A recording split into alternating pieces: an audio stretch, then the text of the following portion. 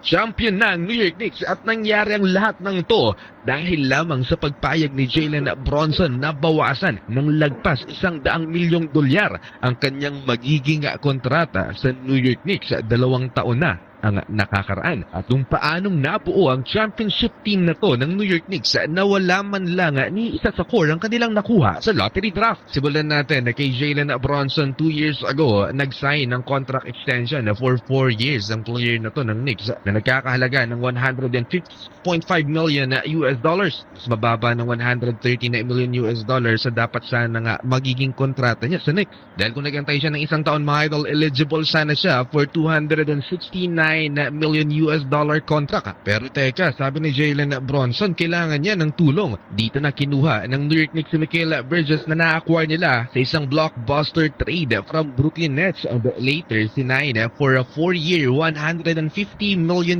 US dollar extension. Just imagine mga idol yung binitawang future first round picks ng New York Knicks para ma-acquire si Mikal Bridges. Parang hindi sulit. Kaya after winning the championship, eto na lang ang nasabi niya sa interview. One of the most important pieces sa championship na to mga idol si Mikal Bridges. Former teammate siya ni Jalen Bronson sa Villanova at yung mga 3-pointers niya sa finals at ang mga defensive stops ang naging X-factor kaya nahirapan ang Spurs.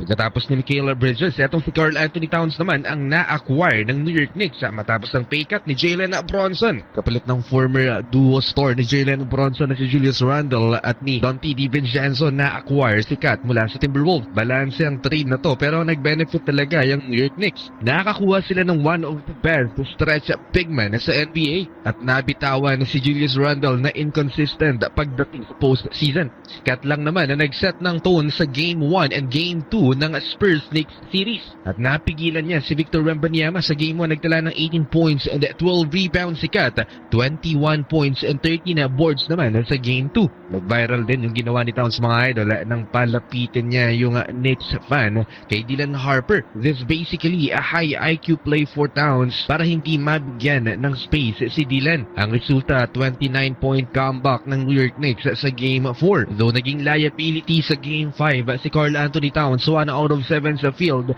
with 5 turnovers at na-fouled out din siya. Hindi yun nagmatter dahil at the end of the day panalo pa rin naman ng Knicks. After the Game 5, during celebration, tinawagan ni Karl Anthony Towns si Ant-Man at syempre tuwang-tuwa ang kanyang former co-star. At kung kontratang pag-uusapan, napakalaki ng perang matatanggap niya for 4 years kumpara kay Jalen Bronson. Kung kay JB ay $156 million US dollars lamang in 4 years, $220 million supermax extension for Kat. Pero ang contract na to ay pinirmahan niya habang nasa Timberwolves pa si Towns. Malaking factor pa rin yung pay cut ni Jalen Bronson para kayanin ng New York Knicks ang payroll ni Karl Anthony Towns until 2028 pa ang contract niya.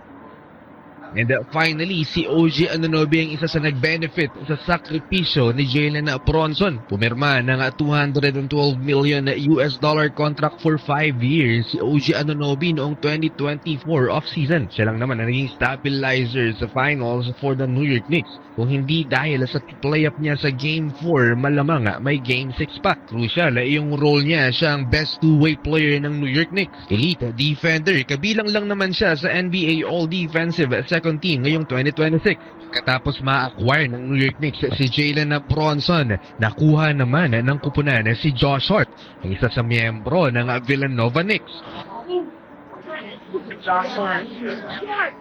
Si Bronson lang naman ang most excited mga idol nang malaman niyang na-trade sa Knicks si Josh. Si Josh Hart yung nagbibigay ng energy at malaki yung impact niya sa pagkuha ng rebound, hustle at defense. Sa Game 5, nagtala siya ng 13 points, 11 rebounds, 2 assists and only 1 turnover. Isa rin si Hart sa nag-benefit ng pay cut ni Jalen Bronson dahil noong 2024, nag-sign siya ng 4-year, $80 million US dollar contract extension. Yan ang starting 5 ng New York Knicks all throughout the NBA season at lahat ng yan mga idol hindi nakuha sa draft lottery ng New York. Free agents at trade na acquire ng Knicks sa mga player na to. Ito din naman yung starting 5 ng New York Knicks last year kung saan nag-exit sila sa conference finals. Tinalo sila ng Indiana Pacers. Ang kulang ang kanilang second unit, dito na nag-upgrade ng lineup ang New York.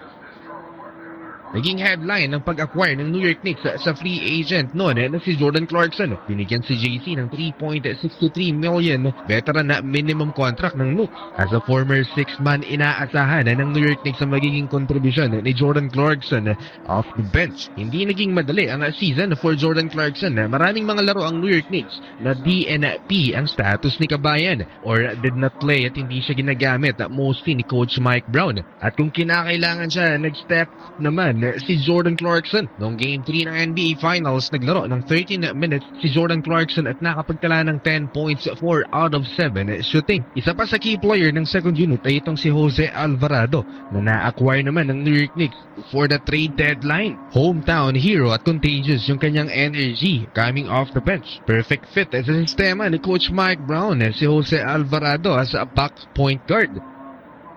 Puntahan natin si Landry Shamet, ang biggest surprise for the Knicks ngayong playoffs. 2024 nang ma-acquire si Shamet ng Knicks at na-extend lang din ang kontrata dito sa New York for 1 year, 3 million veteran minimum contract para lamang mapuno ang roster ng New York Knicks. Pero sa mga close-out games ngayong playoffs kontra Philly at Cleveland, dito talaga siya nag-step up. Bago nakuha ng Knicks si Jalen Bronson, andyan na si Deuce McBride. Originally, na-draft siya ng Oklahoma City Thunder pero na-trade din papuntang New York bago pa magsimula ang 2021-22 season. Second round pick itong si Deuce McBride. Etong si Mitchell Robinson, ang pinakamatagal na dito sa New York Knicks since 2018 at na-draft siya mismo ng New York Knicks. Pareho silang 36th overall pick ni Deuce McBride. Binago ng New York Knicks ang narrative na dapat sundin ng mga kupunan sa NBA itong San Antonio Spurs at Oklahoma City Thunder kung saan lumakas sa mga team na to dahil sa kanilang mga draft picks. Dahil sa structure ng Thunder at San Antonio Spurs, marami ang nagtatank sa NBA. Mas tinatarget na sa ngayon ng mga kupunan na makuha ang top 5 sa lottery. Siya na siguro itong si Jeremy Sohan sa pinakamaswerteng player sa series na to dahil before the trade deadline na-trade siya patungong New York Knicks at nag-champion pa. Magkakaroon panigurado ng pagbabago sa magiging lineup ng San Antonio Spurs next season.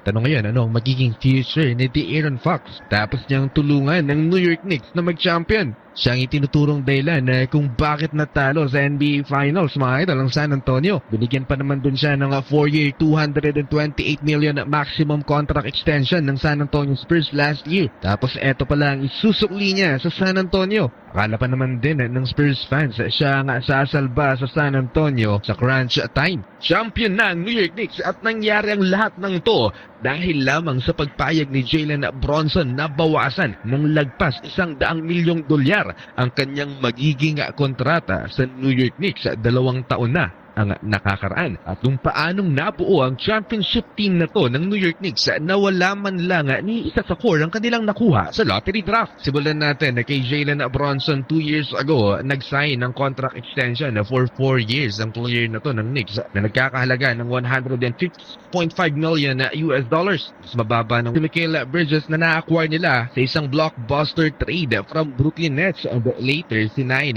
for a 4-year, $150 million US dollar extension. Just imagine mga idol yung binitawang future first round picks ng New York Knicks para ma-acquire si Mikal Bridges. Parang hindi sulit. Kaya after winning the championship, eto na lang ang nasabi niya sa interview. We had some picks.